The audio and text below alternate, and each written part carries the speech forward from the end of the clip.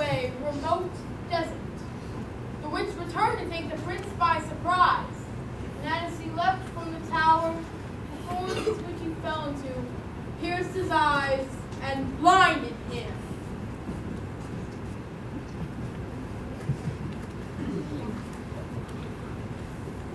As for Cinderella, she returned from her final visit to the festival.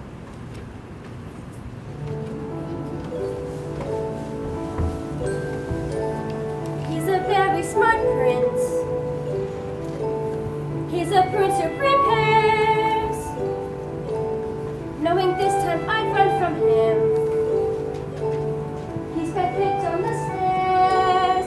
I was caught unawares, and I thought, well, he cares. This is more than just malice. Better stop and take stock where you're standing here stuck on the steps of the palace. Better run along home and avoid the collision. Even though they don't care, you'd be better up there where there's nothing to choose, so there's nothing to lose. So you pry up your shoes.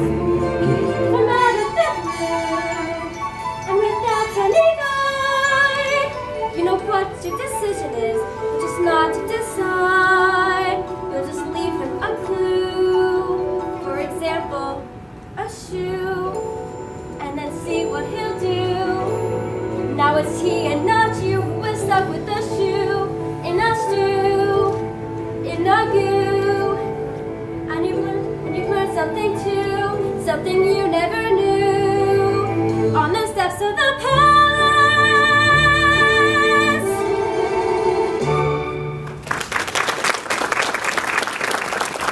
Don't come any closer to me.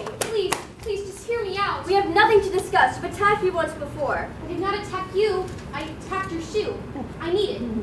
Here's a magic bean in exchange for it. Magic bean? Nonsense. Oh, don't do that. I regret giving up one shoe this evening. My feet cannot bear to give up another.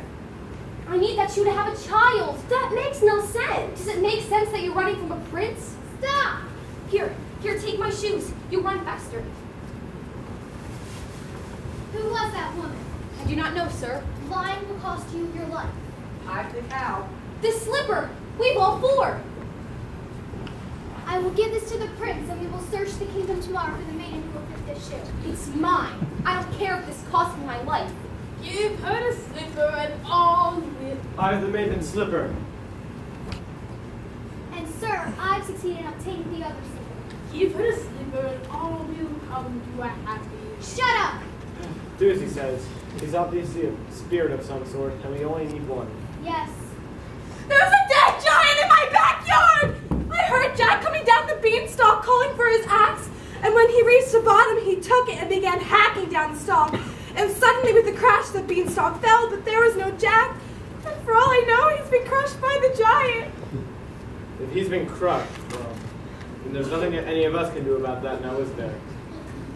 Come along, I must get my rest before tomorrow's circus to commence.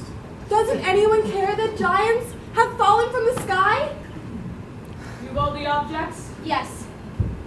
That cow does not look as white as milk to me. Oh, she is. This cow has been covered in flour. We did have a cow as white as milk. Honestly, we did. Then where is she? She's dead. We thought you'd prefer a live cow. Well, of course I prefer a live cow. So bring me the dead one and I'll bring it back to life.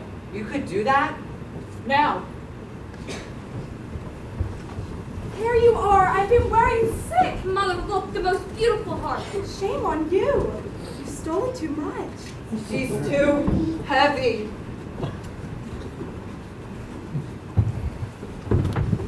What's happening?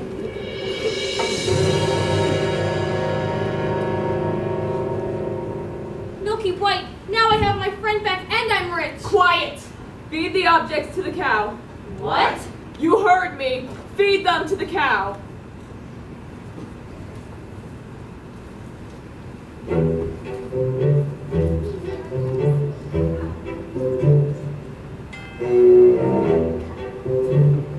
Fill this. I'll do it. She'll only milk for me. Please, cow.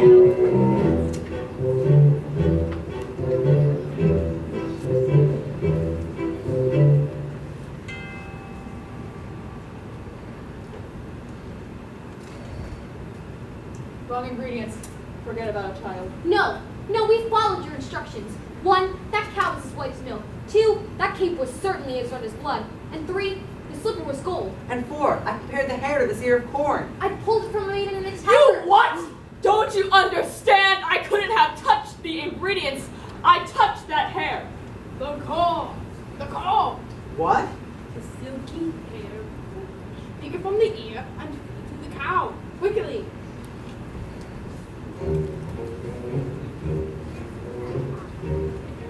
This had better work, old man, or your son is the last of your flesh and blood. Son? You heard me. Meet your father. Father? Could that be you? I thought you died in a baking accident.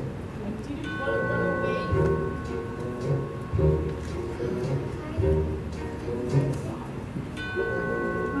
It's working. She's milking. I don't understand. Not now. Into the cup.